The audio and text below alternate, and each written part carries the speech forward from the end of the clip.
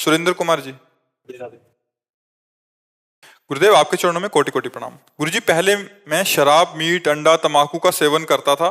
तब से मेरी जिंदगी बहुत आराम से व्यतीत होती थी। जब से मैंने आपका सत्संग सुना, मैंने सब नशे छोड़ दिए, भजन करने लगा, तब से थोड़ा सा कष्ट होने लग गया है। आप ये तो देखो, जब कपड़ा कपड़ा गंदा हो जाता है और उसकी जब धुलाई होती है तो थोड़ा तो चोट सहनी पड़ेगी। अब जन्म जन्मांतरों से हमारा हृदय गंदा रहा, अब जब हम भजन में चल रहे हैं, सत्य मार्ग में, तो अब धुलाई हो रही। थोड़ा चुप रहो, थोड़ा उसे शांति से सह जाओ, आगे मंगल होगा। गंदे आचरण करने से सुख की प्राप्ति नहीं होती, केवल ऐसा लगता है। तो शराब पीने से, मांस खाने से, पराई माता बहनों की तरफ गंदी दृष्टि करने से कहीं सुख मिल सकता है क्या? इतना बड़ा प्रतापी रावण जो भगवान शंकर की आराधना करता था, इतना बलवान था, देखो गंदे आचरण के कारण ही नष्ट हो गया। रहा न को कुल रोवन हारा। तो थोड़ा धर्म से चलने पर कष्ट तो हम मानते हैं आएंगे, क्योंकि जैसे दाग लग गया है, अब उसे छुटाना है तो रगड़ना पड़ेगा, उसको पटक पटक के कपड़ा धोना पड़ेगा, तो थोड़ी पटकन तो लगेगी, लेकिन निर्मल हो जाओगे, आनंदित हो जाओगे। हमारे बहुत जन्मों के पाप जमा हैं, इस जन्म के भी पाप हैं, लेकिन हम आपको धन्यवाद देते हैं कि आप इस जन्म की गलतियों को छोड़कर अब सच्चाई से चल रहे हो। तो ऊबना नहीं। देखो, गलत कर्म का फल मिलता है, तो क्या ये अच्छे कर्म का फल नहीं मिलेगा? आप सोचो, ये तुम्हारी नई खेती है, वो पुरानी खेती है। अब जो चल रहे हो, इसका फल नहीं है दुख, इसका फल है सुख। लेकिन जो बोया है उसका फल है दुख, वो आपको काटना पड़ेगा। ये पुरानी फसल है, इसको काट लीजिए। जो अभी फसल डाली है, ये जब रंग लाएगी तो आनंदित हो जाओगे, बहुत सुखी हो जाओगे। हमारी बात मान लो, नई फसल को पुरानी से मत जोड़ो।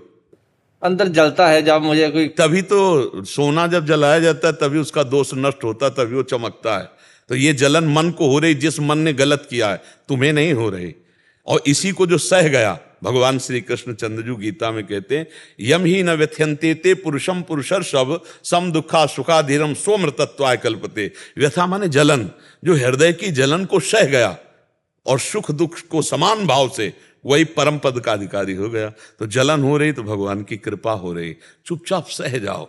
जितना मटकी आवे में रखकर पकाई जाती है, उतना बढ़िया वो पानी रखने लायक होती है। कच्ची मटकी में एक बूंद पानी डाल दो, वहीं से छेद हो जाएगा। सूर्य के ताप से तपाने पर भी वो पानी रखने लायक नहीं होती। कच्ची मटकी जब आवे पे रखी जाती है तब होती है। ऐसे एक कांच है, ऐसे कंकड़ मारो टूट जाएगा, और एक कांच है, गोली मारो तो नहीं टूटेगा। उसे बुलेट प्रूफ कहते हैं। कैसे? गरम ठंडा गरम ठंडा गरम ठंडा करके बुलेट प्रूफ बना दिया गया।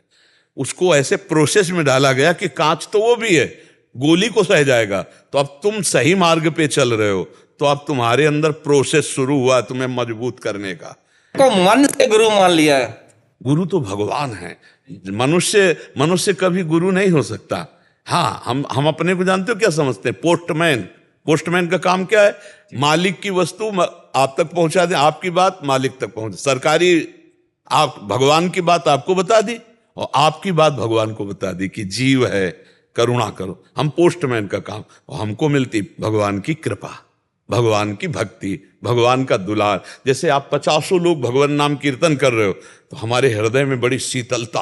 आप जो भजन करते हो ना, उससे हमको भी आनंद मिलता है।